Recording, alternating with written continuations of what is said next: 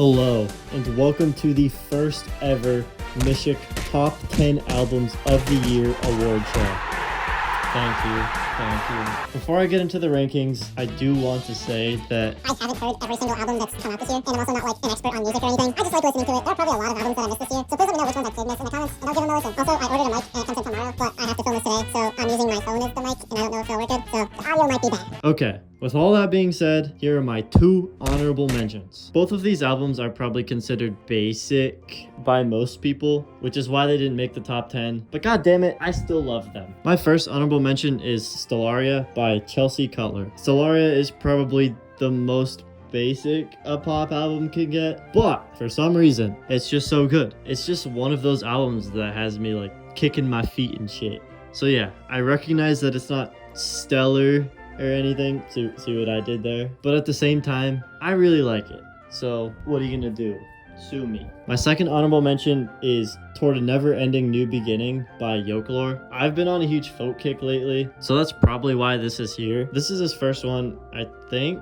So there's definitely a lot he can improve on for his next album. But even with that being said, some of the songs on here slap. Alone is such a beautiful song. Shake isn't super deep, but it's still really catchy. And Winona is probably my favorite song right now. Dare I say, even my favorite song of the year? Alright, now that I got those out of the way, here are my top 10 songs this year. At number 10, I have I Care So Much That I Don't Care At All by Blvd. This is the one album on my list that I'll allow criticism for because it's Glaive, but he's my guilty pleasure artist. What am I supposed to do? Not put him on here? This shit slaps. Nothing you guys can say can make me not like his music, because in my opinion, every single song that he makes is a banger. He could probably put out an entire album of just fart sound effects, and I would still probably put it in my top 10. So yeah. At number 9, I have Let's Start Here by Lil Yachty. Okay, hear me out. This album is so good. I understand that it's Lil Yachty,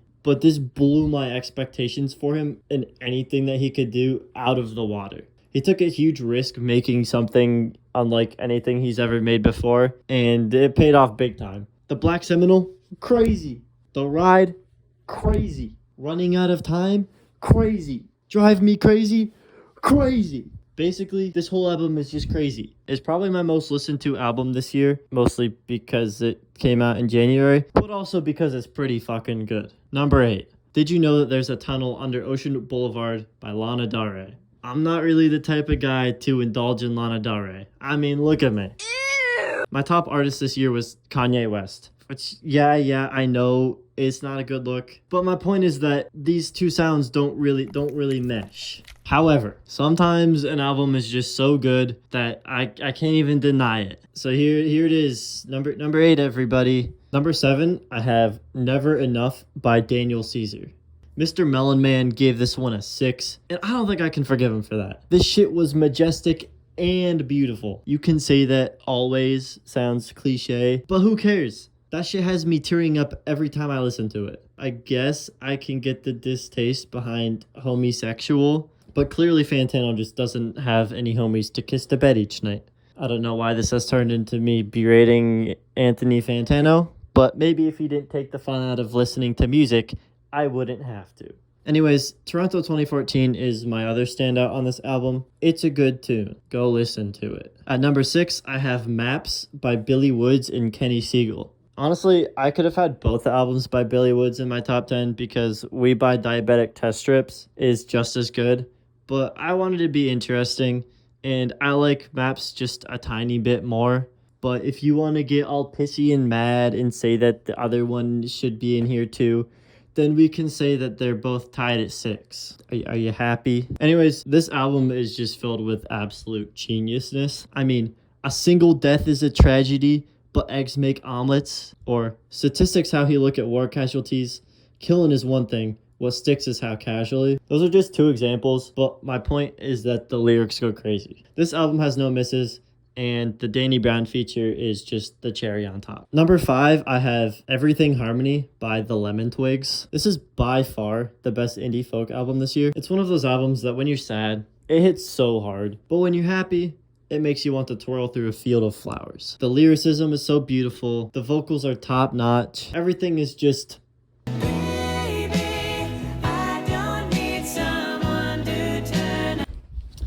Okay, yeah. If you haven't heard this album, go sit your ass down and listen to it. Or else.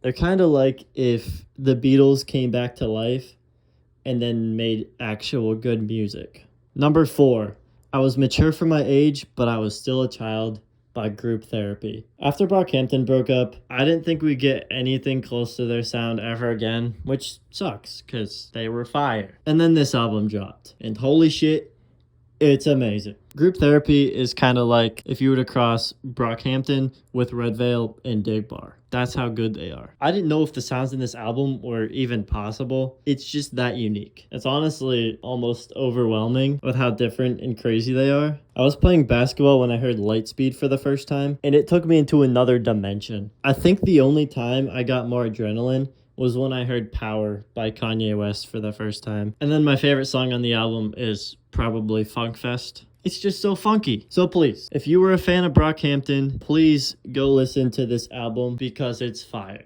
At number 3, I have an album that is probably in the complete opposite direction on the music spectrum than Group Therapy, and that is Javelin by Sufjan Stevens. This album is a tribute to his partner who recently passed away, and it's very sad that it has such tragic roots, but it's so good. To me, it might be his most beautiful album yet, which is saying a lot because he has 10 albums, I think, a lot of which are near perfect. But in this album, you can feel the emotion in each song, which just makes them hit even harder. It's extremely hard for me to pick a favorite from this album, but if I had to, I'd probably pick Shit Talk, which says, "I will always love you, but I cannot look at you," which is a really simple lyric, but at the same time, it's so deep and impactful. This whole album is just filled with beauty and sadness, and I think it's another must-listen album for anyone who hasn't heard it yet. And at number 2, I have Lahai by Sampha. This album took 6 years to come out, which in most cases is not worth the wait, but in this case, my God, was it worth the wait. Now, I'm not saying that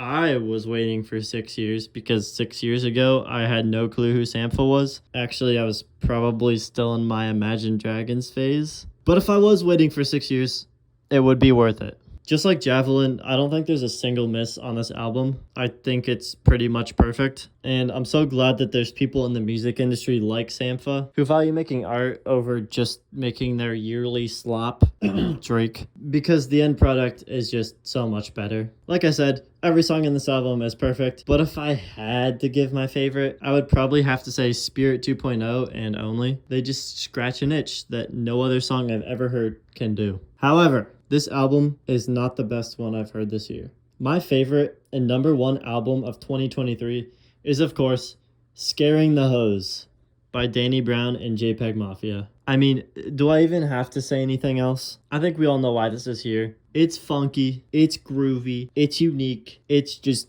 perfect. Danny Brown and JPEG complement each other perfectly. It's almost like they're the same person. I've never seen them in the same room together, so maybe they are. I really hope they work on more projects together in the future, because if they're even an ounce as good as this project was, they would be fire. My favorite song on this one would probably be Kingdom Hearts Key, with Perfect being a close second. But every song on this album is unique in its own separate way. There's no skips, obviously. And if you somehow haven't heard it, what are you doing? Alright, that's my list. If this video does well, I'll make more music content, and if it doesn't do well, I still might. I don't really know. Thanks for watching. See ya.